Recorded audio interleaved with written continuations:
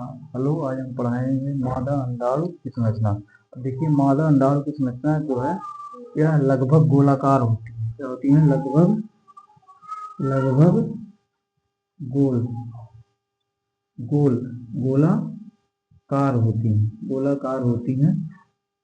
और ये होता है कि एक 0.1 mm का होता है।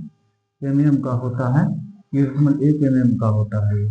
मतलब मादा अंडाणु की जो संरचना होती है वो गोलाकार होती है और 1 mm का होता है। कितने का होता है? 1 mm का होता है। तो देखिए, यहाँ संरचना बना हुआ है, तो हर एक भागों के बारे में बताने जा रहे हैं। तो पहला जो भाग है उसे कहते हैं केंद्रक। केंद्रक क्या होता है?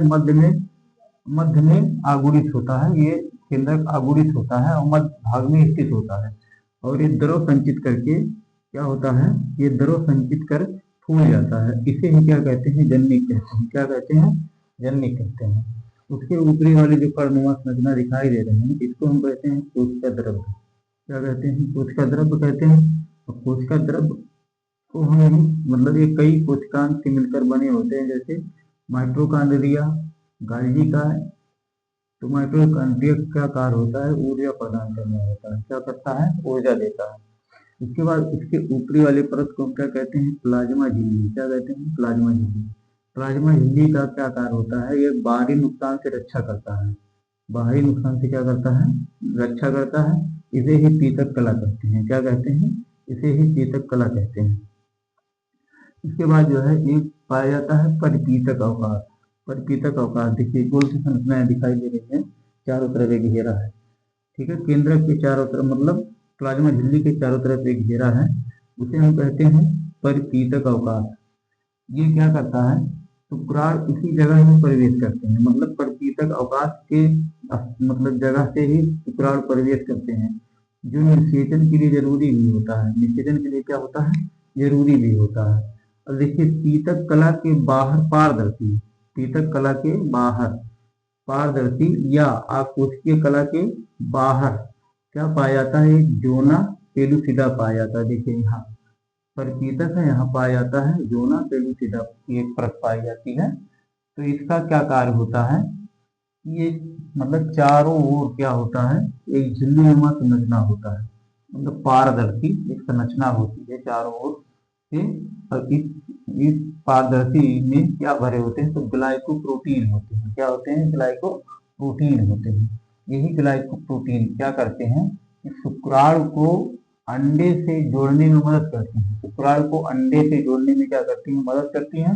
तथा निषेचन के बाद कई शुक्राणु को अंडे में जाने से रोकती है। मतलब निषेचन के बाद कई शुक्राणु को अंडे से जाने से रोकती है। और उसके बाद देखिए, ये जो है भ्रूण के विकास के लिए भी महत्वपूर्ण होता है। भ्रूण के विकास के लिए क्या होता है? महत्वपूर्ण होता है। जोना जोना पेलुसिडा के बाहर एक परत और होती है, जिसे हम क्या कहते हैं? देखिए, यहाँ सबसे बाहर एक परत है, जिसे हम कहते हैं क्या? Corona radiata. क्या कहते हैं? Corona radiata. कोरोना रेडिएटा जो है वो शुक्राणु को अंडे में प्रवेश कराती है। शुक्राणु को अंडे में प्रवेश कराती है और शुक्राणु के पास मौजूद एंजाइम इस परत को तोड़ते हैं।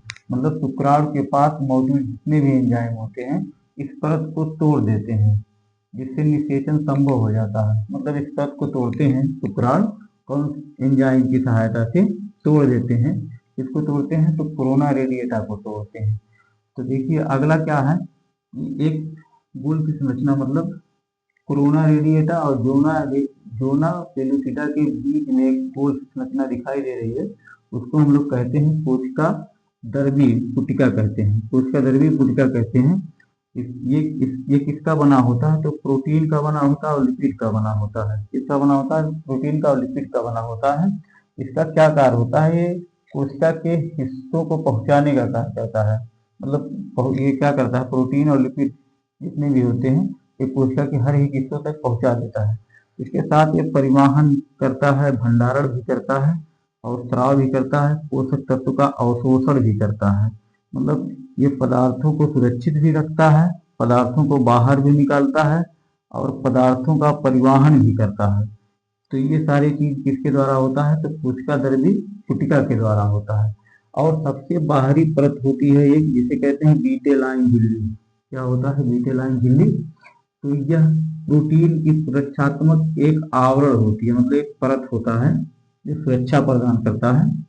और इसके साथ ही निषेचन जब हो जाता है, निषेचन के बाद मोटी व कठोर हो जाती है। जब निषेचन हो जाता है तो ये परत कैसा हो जाता है? मोटी हो जाता है, कठोर हो जाता है, और जिससे शुक्राणु को रोकती है। जिससे क्या होता है? शुक्राणु को रोकती है। इसे शुक्राणु को क्या करती है? रोक देती है।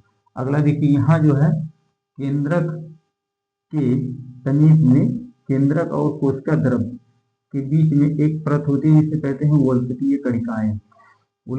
वलकुटीय कणिकाएं ये क्या है?